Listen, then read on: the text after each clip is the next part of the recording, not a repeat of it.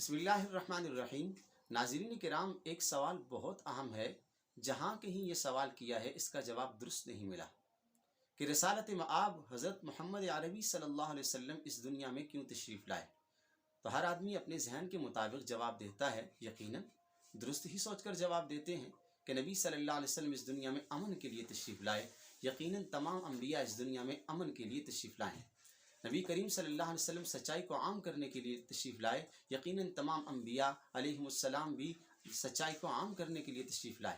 نبی کریم صلی اللہ علیہ وسلم اعلیٰ اخلاق کو رواج دینے کے لیے تشریف لائے۔ یقیناً کوئی شک نہیں کہ تمام انبیاء دنیا میں اعلیٰ اخلاق کو رواج دینے کے لیے تشریف لاتے ہیں، لیکن محمد عربی صلی اللہ علیہ وسلم کے آنے میں اور دیگر انبیاء کے آنے میں بہت بڑا فرق ہے۔ قرآن حکیم میں سورہ فتح کی آیت نمبر 28 میں رب العالمین نے رسول اللہ صلی اللہ علیہ وسلم کی بعثت کے مقصد کو بیان کیا۔ فرمایا هو الذی ارسل رسولہ بالہدی ودین الحق لیظہرہ علی الدین کلہ وکفی باللہ شہیدا، کہ اللہ پاک نے رسول اللہ صلی اللہ علیہ وسلم کو اس لیے بھیجا لیظہرہ علی الدین کلہ، تاکہ رسول اللہ صلی اللہ علیہ وسلم دین اسلام کو تمام ادیان پر غالب لے آئیں۔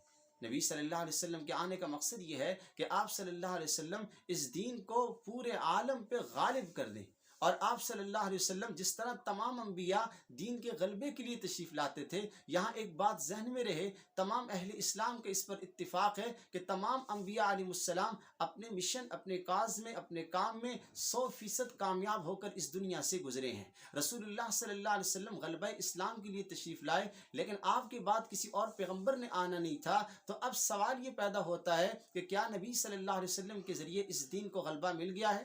تو یاد رہے کہ غلبے کی 3 قسمیں ہیں۔ نمبر 1 علمی طور پر غلبہ، نمبر 2 سیاسی طور پر غلبہ، کہ اسلام ایک سسٹم اور ایک نظم اور اسلام سوسائٹی کے لیے ایک بہترین راہ عمل کے طور پر ہو اور اس کا غلبہ ہو، انسانی زندگی کے تمام تر شعبوں میں اس کا غلبہ ہو اور اس کا یہ رائج ہو اور اس کا رواج عام ہو۔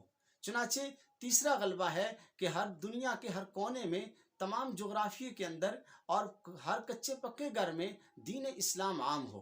ہم دیکھتے ہیں کہ نبی صلی اللہ علیہ وسلم کے ذریعے رب العالمین نے اس دین کو علمی غلبہ دیا ہے، کہ آپ صلی اللہ علیہ وسلم نے اس دین کو جب عام کیا اور جو بات بھی کی ہے، اس وقت دنیا کے کسی بھی مذہب کے ماننے والے نے آپ صلی اللہ علیہ وسلم کی کسی بات کو چیلنج نہیں کیا۔ علمی غلبہ نبی صلی اللہ علیہ وسلم کے دور میں حاصل ہو گیا۔ نمبر 2 سیاسی غلبہ، اور اسلام سسٹم کے طور پر، نظم کے طور پہ سوسائٹی میں رائج ہو تو یہ خلفائے راشدین کے دور میں ہو گیا اور اس سے سیاسی غلبہ حاصل ہو گیا۔ نمبر 3 اسلام کو جغرافیائی طور پر غلبہ حاصل ہو، یہ حضرت عیسیٰ علیہ السلام کے دور میں ہوگا۔ چنانچہ قرآن حکیم میں اللہ پاک نے فرمایا کہ رسالت مآب صلی اللہ علیہ وسلم کے ذریعے اللہ اس دین کو غالب کریں گے۔ علمی غلبہ پیغمبر علیہ السلام کے دور میں، سیاسی غلبہ خلفائے راشدین کے دور میں، اور جغرافیائی غلبہ ہر کچا پکا گھر، ہر رنگ و نسل کا آدمی، دنیا کے کسی بھی خطے میں رہنے والا آدمی مذہب اسلام سے وابستہ ہو اور اسلام ہی کو اپنے لیے نجات دہندہ سمجھے، اور دنیا میں اسلام کے علاوہ کوئی اور دھرم اور کوئی مذہب نہ رہے۔ یہ حضرت عیسیٰ علیہ السلام کے دور میں ہوگا۔ رب العالمین سے دعا ہے کہ اللہ تعالی ہم سب کو اسلام سے وابستہ فرمائے۔ جزاکم اللہ۔